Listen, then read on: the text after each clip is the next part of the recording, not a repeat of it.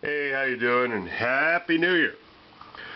So on this episode of The Real World, Do It Yourself, what to do when you had to bore through one of your spare bathroom hollow core doors in an emergency to get it open. Because no contractor in his right mind will show up for this. 1. 2, he'll tell you just to replace it. Now how do you know it's a hollow core? Well, for starters, you can go, you hear that hollow. Right? If it was solid, you'd go ding, ding, ding, dum, dum, dum, instead of ding, ding, ding, ding, ding. Plus, you can see the vibration there.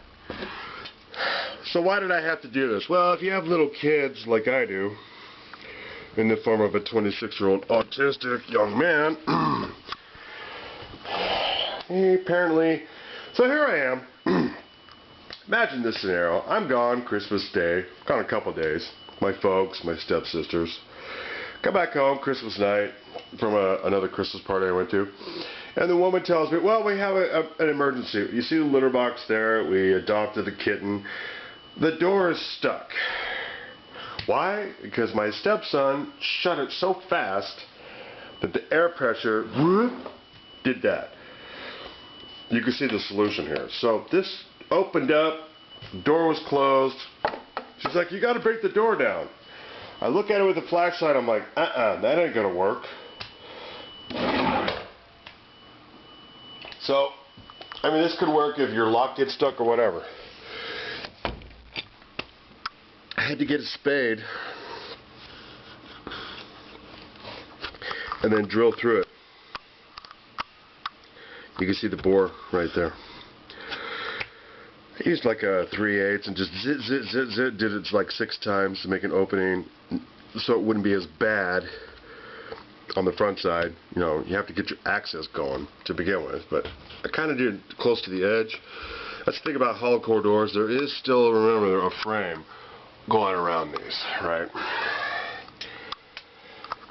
Okay, so what I had to do is, while I was doing that, I bored into here.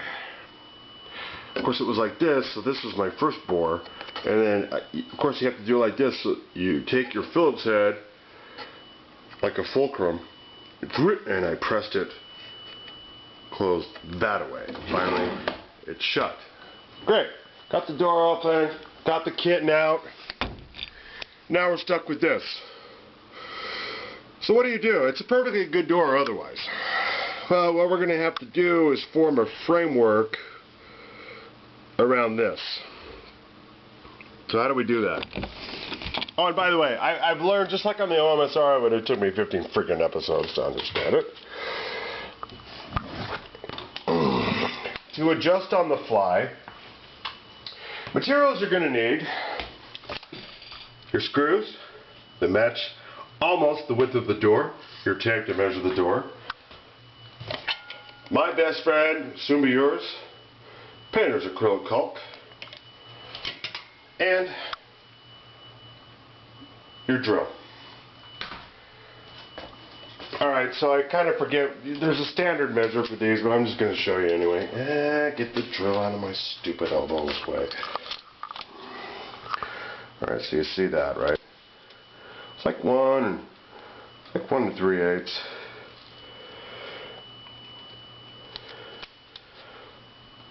It's a standard for all doors in terms of width.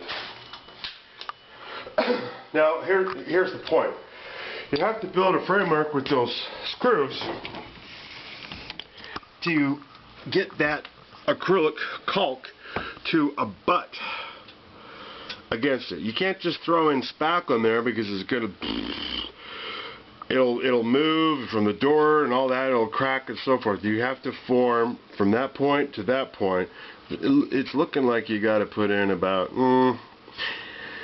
I don't know, 8 to 10. This looks simple, but it's really not. To do it right, you form a framework that the acrylic caulk will harden up against, and then you can build it up. So you don't fill this in right away, you understand, with acrylic caulk. So this is only part 1. Basically, I'm going to show you after the fact, you know, you flush the heads, put in your screws, and then we'll go from there. Okay, so as you can see, I've got my boreholes in there. It turned out to be 9. I had to do one wider out here because I got too close, so maybe 9 was too much. 6 or 5 would probably suit your purpose. The whole point is you're trying to build a fence work in there for the acrylic to harden against and form a wall.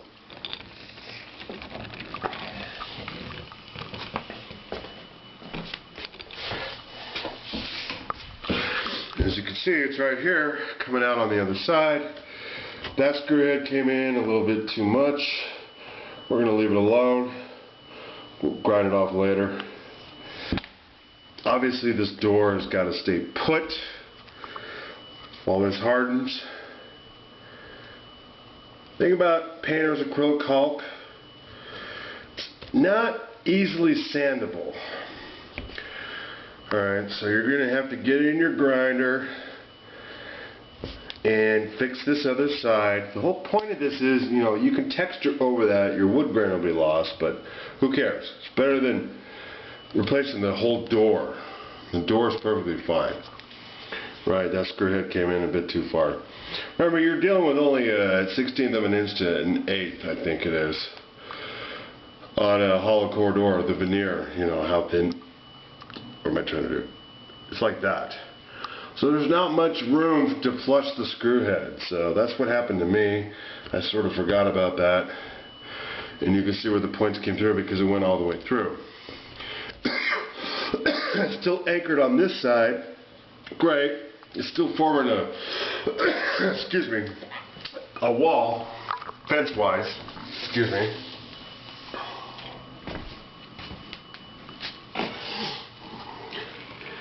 Fortunately, I have to keep this door open most of the time anyway because the kitten's litter box is in there. Alright, so we're just going to let that harden overnight like the Hoover Dam. You don't want to pour all of that at once. Make a nice firm surface that won't crack. And I'll show you how to do the rest tomorrow. It's going to take, I'm going to give it at least 24 hours. Not entirely accurate. That's when you're putting a bead down a drywall line, because this is pretty thick. It's actually been like 4 days, and there's still a little, you know, like Play-Doh plasticity to it. But it will continue to harden. That's why I made the reference to, you know, don't pour all the concrete at once, Hoover Dam. But it's good enough that the rest that we are going to pour in will not crack. And so the last thing you're going to need in your list of tools is a putty knife, because I may have mentioned on the last part, I'll just reiterate, because this is acrylic, it has that rubbery finish to it. It's not easily sandable, so you want to make it. Okay, so you can see where I filled it in. And I had to open the door. It's not going to be the best light, but you'll see why, because you're going to need the edge here to get the excess off. So you just kind of put your foot behind there. And you take your putty knife, just flatten it out. You're going to get extra, so you just go like that. It'll easily come off after it hardens.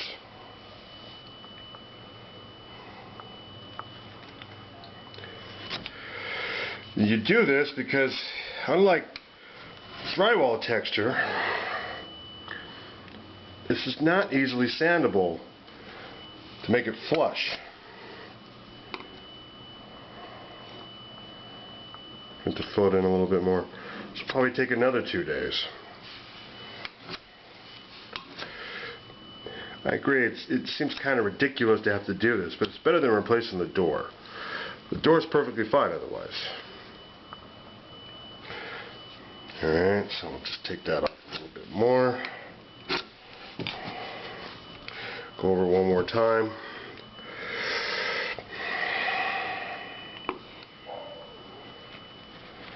Nice and flat. Flip it over.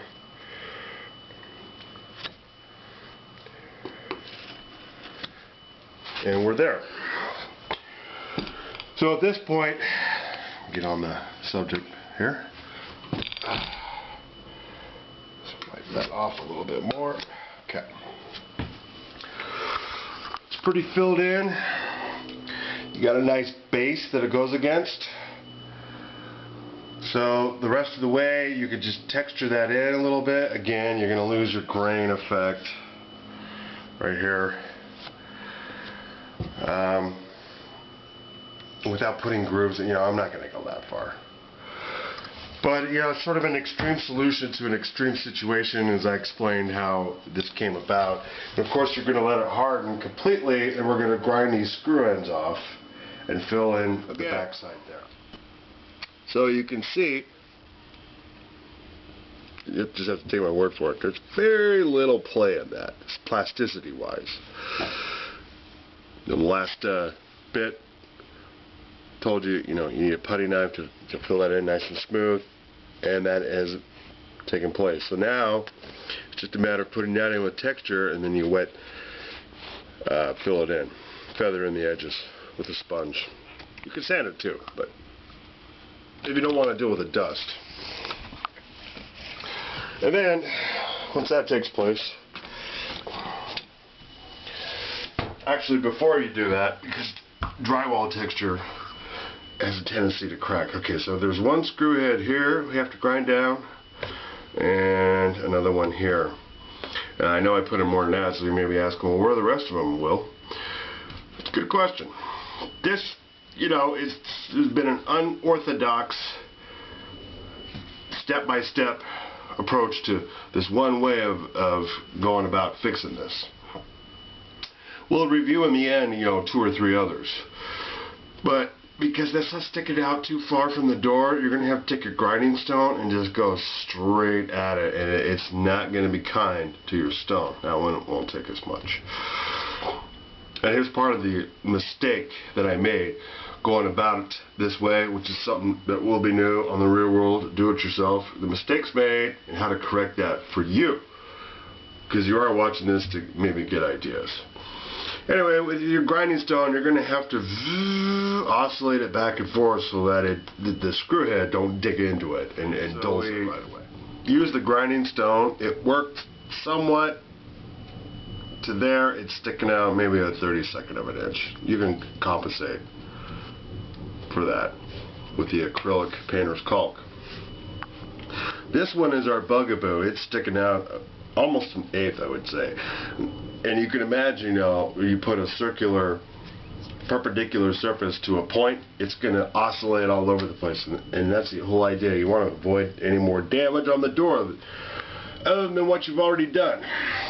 So I know this is not on our list of materials. If you have one, great. If not, you can go buy one. Metal cutting blade. I happen to have a jigsaw with a metal cutting blade, so I'm going to shear that off to the point where it's flush.